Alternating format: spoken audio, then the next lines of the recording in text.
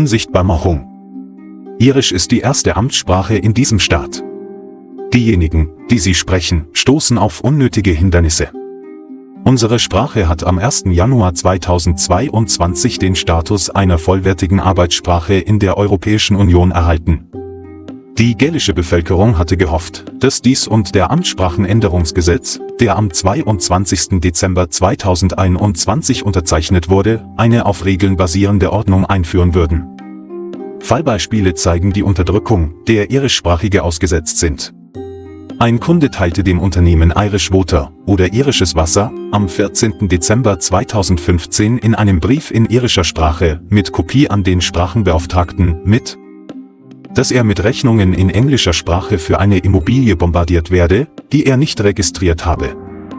Das Unternehmen antwortete nicht und erläuterte auch nicht, woher es die fragliche Adresse hatte, im Rahmen der Verfahren der DSGVO. Am Telefon, bei der Wahl der irischen Sprache für den Dienst, sagte eine elektronische Stimme, dass es eine Wartezeit von bis zu 2 Tagen für die Beantwortung von Anrufen geben würde. Der Kunde war gezwungen, mit dem Unternehmen Englisch zu sprechen, das seine Frage nicht beantwortete. Am 17. Dezember 2015 antwortete der Sprachkommissar, dass er nicht für irisches Wasser zuständig sei.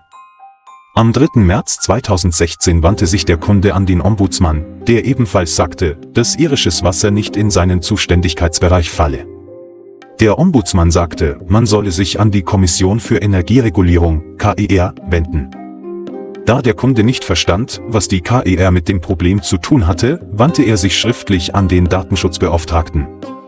Der Beauftragte sagte, in irischer Sprache, dass die Rechtslage in Bezug auf private Daten außer Kraft gesetzt worden sei, damit irisches Wasser Leute finden könne, die sie anklagen könnten. Er sagte, die Kunden hätten ein Recht darauf zu erfahren, wie irisches Wasser an ihre Adressen gekommen sei, auch wenn dies fälschlicherweise getan geschah.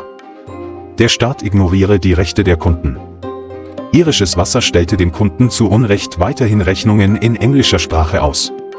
Am 23. März 2016 erkundigte sich der Kunde beim irischen Ministerium für Umwelt, Gemeinschaft und Kommunalverwaltung, warum immer noch Rechnungen kämen, für die er nicht verantwortlich sei. Das Ministerium, das das Datum auf dem Schreiben des Kunden falsch notierte und alle Fragen ignorierte, verwies die Angelegenheit am 26. April 2016 an das Umweltministerium und leitete das Schreiben an irisches Wasser weiter, um eine direkte Antwort zu erhalten, die jedoch nie eintraf. Der Staat ignorierte erneut die Rechte des Kunden und seine eigenen Vorschriften. Angesichts einer weiteren unrichtigen, überfälligen Rechnung von irisches Wasser wandte sich der Kunde schließlich am 13. Juni 2016 an die KER. Im Juli 2016 nannte die KER in einem 4-seitigen, kleingedruckten Schreiben in irischer Sprache detaillierte rechtliche Anforderungen, die erfüllt werden mussten, bevor sie tätig werden konnte. Dieses Schreiben hatte den Anschein, dass es sich um eine Proforma-Sperre für irischsprachige Bürger handelte. Auf jeden Fall wurden die Wassergebühren angesichts des wachsenden politischen Drucks gestrichen, bevor ein Anwalt, der irisch sprechen konnte, beauftragt werden musste. Irisches Wasser hatte das Schreiben, das 2015 in irischer Sprache an sie gerichtet wurde, nie gelesen und war auch nicht verpflichtet, es zu lesen. Hätte der Kunde den Staat so behandelt, wäre er wahrscheinlich ins Gefängnis gekommen. Im Bildungswesen wünschen sich laut einer Umfrage der Union der Studenten in Irland vom 15. März 2021 etwa 67% der Schüler der 3. Stufe, die vor kurzem die 2. Stufe abgeschlossen haben, dass Irisch ein Pflichtschulfach wird. Doch nur 5% der Schüler gaben an, dass Irisch als gesprochene Sprache unterrichtet wird. Nemo dat quod non habet, wie die Römer sagten, niemand gibt, was er nicht hat. Der Sprachunterricht ist insgesamt unterfinanziert. Die Schüler haben keine Kenntnisse mehr über die Grammatik des Englischen, Irischen, Französischen oder einer anderen Sprache. Seit den 1970er Jahren fordern die Eltern von den Regierungen die Einrichtung von Schulen mit irischer Unterrichtssprache. Die Zunahme der rein irischen Schulen außerhalb der irischsprachigen Regionen bestätigt, dass die Eltern den Wert unserer eigenen Sprache anerkennen.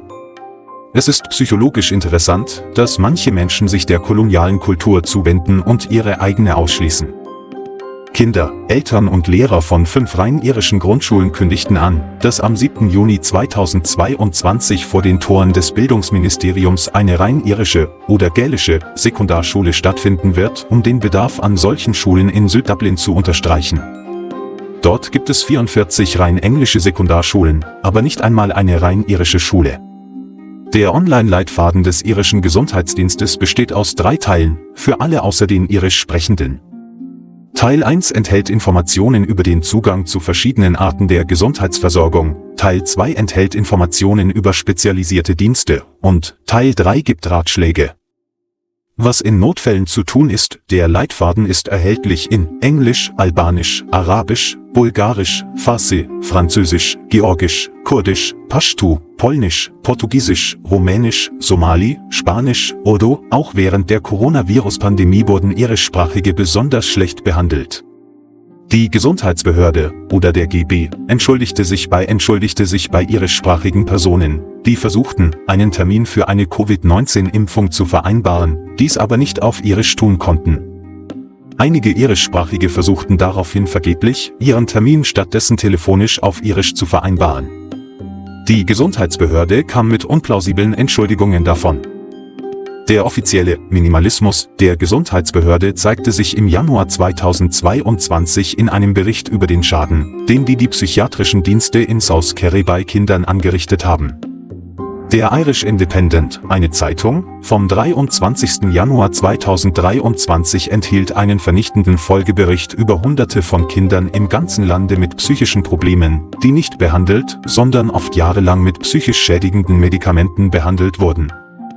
Dr. Susanne Finnerty, Inspektorin für psychische Gesundheitsdienste, veröffentlichte ihren vorläufigen Bericht, der einige Tage lang für Schlagzeilen sorgte. Die Fernsehsendung RTE Investigates deckte im Februar 2023 auf, dass der Staat 12.000 Menschen mit Behinderungen zu Unrecht Beihilfezahlungen vorenthalten hatte. Ebenfalls im Februar 2023 wurde aufgedeckt, dass in Pflegeheimen überhöhte Preise für Ausrüstungsgegenstände berechnet wurden, gerade als die Gesundheitsbehörde damit begann, Tausenden von Patienten wegen anderer überhöhter Preise seit den 1970er Jahren mehrere Millionen auszuzahlen.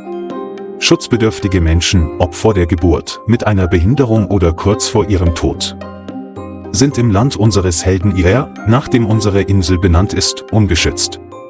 Der Garda- oder Polizeikommissar Drew Harris sagte im Mai 2021 vor einem Ausschuss der Udaras na Gaeltachta, die Autorität des gälischen Heimat, dass die Zahl der Gardaí oder der Polizei, die Irisch sprechen, in den letzten 10 Jahren in den Gaeltacht-Gebieten um 12% gestiegen sei. Er kündigte an, dass er den Vorsitz einer irischsprachigen Führungsgruppe übernehmen werde, um die Bedeutung der irischen Sprache zu unterstreichen, und sagte, dass die Gardaí irischsprachige Personen anwerben müssten. 3 von 609 Mitgliedern, die 2020 vereidigt werden, haben Irisch. Er akzeptierte die Frustration des Sprachkommissars und gab zu, dass die Maßnahmen der Polizei gescheitert seien. In allen 7 Gaeltacht-Gebieten mit einer Bevölkerung von 96.090 Einwohnern ist eine Bevölkerungsverschiebung, das heißt eine legalisierte Invasion, zu verzeichnen. Der Anteil der Menschen, die täglich Irisch sprechen, sinkt, und zwar zwischen 2011 und 2016 um 11% von 23.175 auf 20.586. Durch die staatliche Wohnungspolitik wird Irisch als Alltagssprache abgeschafft. Die Grafschaftsräte können an Baugenehmigungen Sprachauflagen knüpfen, um einen bestimmten Prozentsatz der Wohnungen in neuen Siedlungen für Käufer zu reservieren, die fließend Irisch sprechen.